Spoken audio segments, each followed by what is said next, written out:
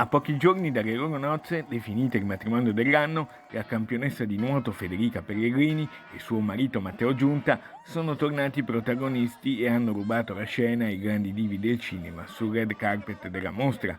Federica ha ricevuto un prestigioso riconoscimento al Filming Italy Best Movie Awards. È stata una serata incredibile, poi io devo dire sono molto onorata di essere stata premiata per il mio docufilm Underwater, perché in un ambiente come questo, magico per il cinema italiano, essere premiata comunque per un docufilm sportivo è una grandissima soddisfazione, quindi molto molto felice. Sei qua con tuo marito, com'è andata questa prima settimana da marito e moglie? Fa sempre strano mio marito. È una settimana che ce lo diciamo e ci fa sempre molto strano, ma nel senso positivo, quindi è volata. Una settimana, ce l'hanno detto sabato mattina, ci hanno detto è già passata una settimana, come una settimana?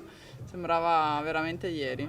Un'onda lunga di emozioni, è finito troppo presto e abbiamo ancora nella mente vivide queste sensazioni di questo bellissimo giorno e credo che rimarrà lì ancora per molto. Sì. Il nuoto azzurro sta vivendo un momento d'oro. Io ero a Roma, è stata una settimana incredibile, sia per il nuoto in generale che anche per Matteo, perché comunque ha portato 4 atleti e di quei 4 atleti diversi l'uno dall'altro, in stili completamente diversi l'uno dall'altro, sono riusciti a prendere 3 su 4 la medaglia e la quarta sfiorata veramente per pochissimo. È stata un'annata incredibile, partita in realtà da Tokyo, dalle Olimpiadi, e questa positività, questa eccellenza è stata mantenuta durante tutta la stagione, con un mondiale a Budapest straordinario e un europeo